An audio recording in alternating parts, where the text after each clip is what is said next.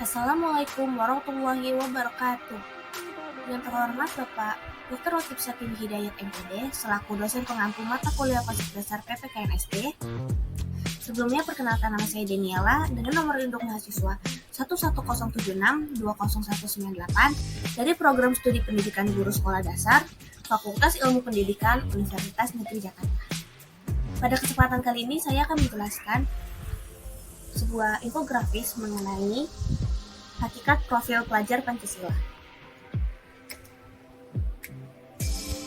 Profil pelajar Pancasila berdasarkan visi dan misi Kementerian Pendidikan dan Kebudayaan yang terdapat dalam Peraturan Menteri Pendidikan dan Kebudayaan Nomor 22 Tahun 2020 mengenai Rencana Strategis Kementerian Pendidikan dan Kebudayaan tahun 2020-2024 berbunyi, pelajar Pancasila adalah pewujudan pelajar Indonesia sebagai pelajar panjang hayat yang memiliki kompetensi global dan berperilaku sesuai dengan nilai-nilai Pancasila dengan 6 ciri utama. Beriman, bertakwa kepada Tuhan Yang Maha Esa dan berakhlak mulia, berkebinekaan global, bergotong royong, mandiri, bernalar kritis, dan kreatif.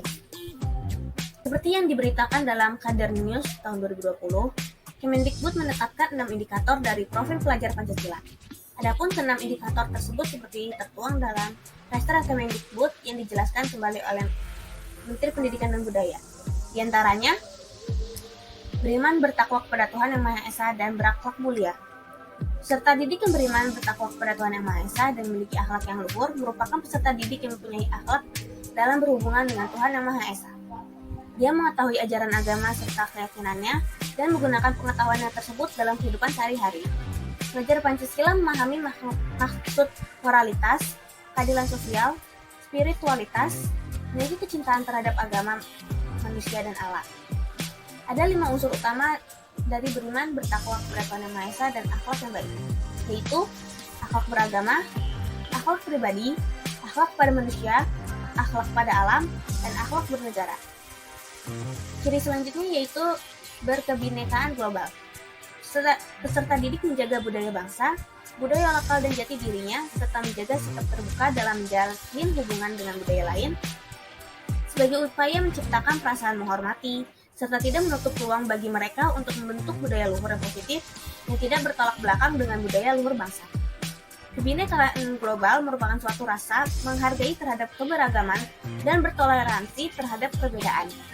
Hal ini berarti dapat menerima perbedaan tanpa merasa dihakimi, tanpa merasa menghakimi, atau merasa diri dan kelompoknya lebih baik dari kelompok lain. Bukan hanya di skala Indonesia sebagai negara mereka, tapi juga di skala dunia.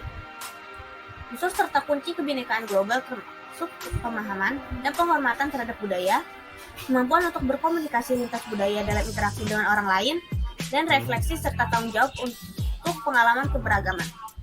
Ciri yang ketiga yaitu bergotong royong. Peserta didik yang mempunyai kemampuan untuk bekerja sama, yaitu kompetensi dalam melaksanakan kegiatan dengan tulus dan ikhlas, sehingga kegiatan yang dilaksanakan dapat terlaksana dengan lancar, mudah, dan ringan.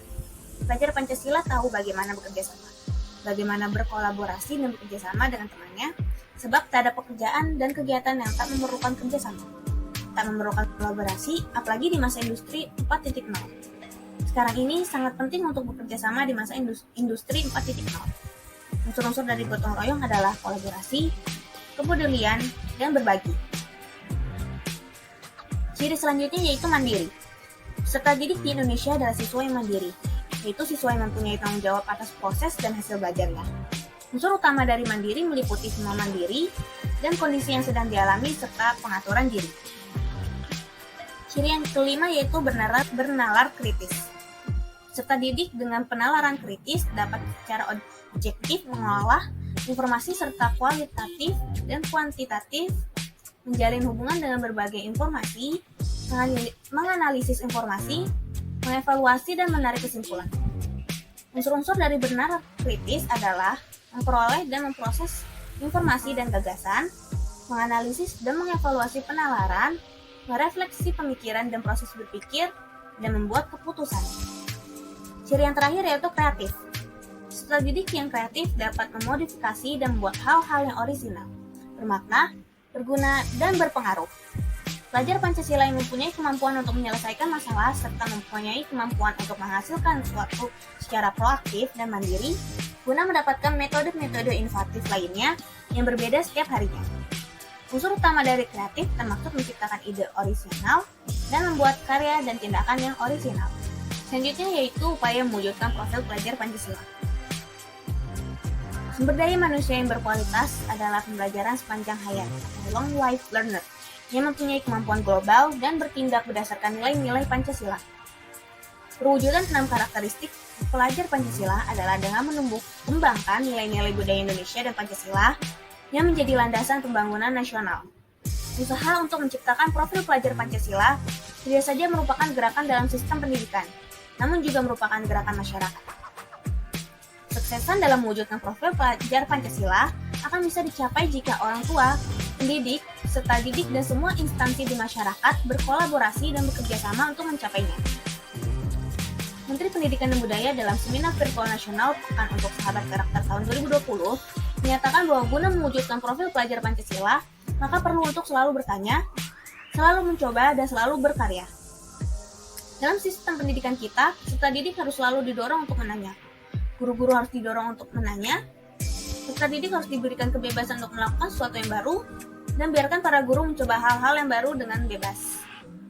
Penguatan pendidikan karakter juga telah dilaksanakan pada 3 pusat pendidikan, yaitu rumah, sekolah, dan masyarakat untuk membentuk profil pelajar Pancasila.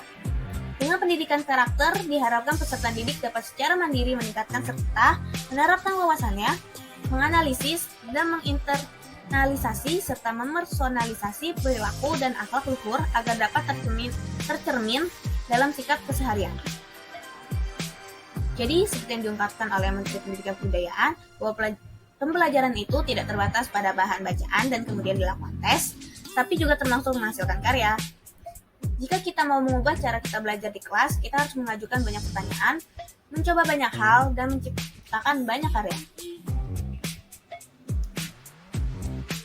Sekian dari saya, kurang lebihnya mohon maaf. Terima kasih. Wassalamualaikum warahmatullahi wabarakatuh.